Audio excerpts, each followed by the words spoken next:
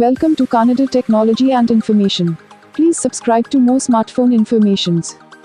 Micromax Bharat 1 Review. Micromax launched the Bharat 1, the company's first 4G Volt feature phone to take on Reliance Jio phone. Even though it was launched in partnership with state-owned telecom operator BSNL, the phone can be used on any network unlike the Jio phone. Is the phone worth the price? Let us find out in the review. Box contents. Micromax Bharat 1 V407. Phone in black color. 2000 mAh battery, 2-pin charger, 5 volts minus 700 mAh. Headset with microphone user guide. Display, hardware and design. The Bharat 1 looks similar to most feature phones with a small 2.4-inch 320 by 240 pixels QVGA display with huge bezels around it. The display is good and the sunlight legibility is decent, but you can expect much in a small TFT LCD screen in feature phones. You can adjust the display brightness and sleep time. You can also adjust the font size, small, normal, large and huge. The earpiece grill is present above the screen that also houses the loudspeaker, along with a 0.3 megapixel VGA camera. On the bezel there is the model number of the phone, V407. There is also a Micromax branding on the bezel, below the display.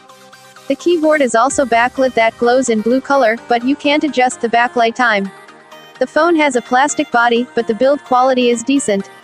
The T9 keyboard has a nice tactile feedback when pressed. It has left soft key and dial key on the left side of the D-pad, and right soft key along with end power key on the right. Since all the keys are separate, it is easy to press them. The OK key is in the middle of the D-pad. You can press and hold the top button on the D-pad to launch the torch light. You can also see a small microphone hole on the bottom part, just below the keypad.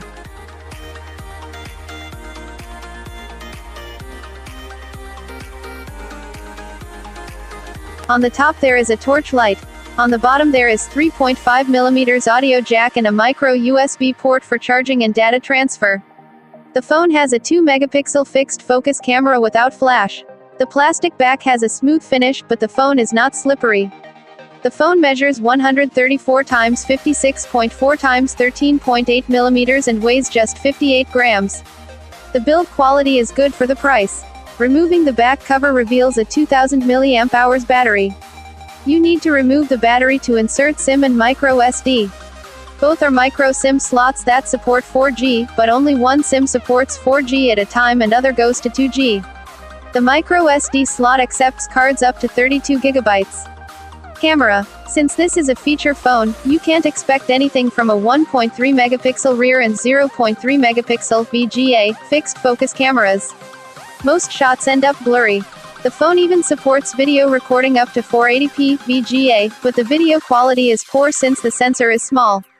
Coming to the software, the phone runs on customized version of Android, even though the phone is called a feature phone, but the company doesn't reveal what Android version it is running or what kind of customized OS it is using. It doesn't support USB debugging or OEM unlocking.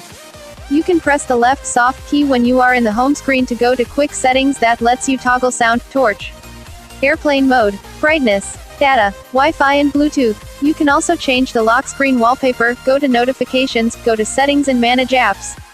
The phone doesn't have a home screen to customize.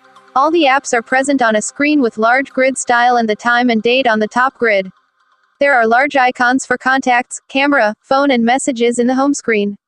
Pressing the left button on the D-pad shows a quick contacts dialing screen that lets you add shortcuts for contacts you dial frequently. The phone doesn't have a recent apps key, so you can't clear the memory.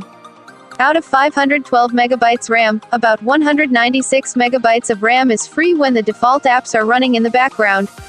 Out of 4 gigabytes of internal storage, 2.09 gigabytes of storage is usable. In-build apps: Facebook, YouTube, browser, application manager. Thanks for watching. Please support and subscribe for more smartphone information.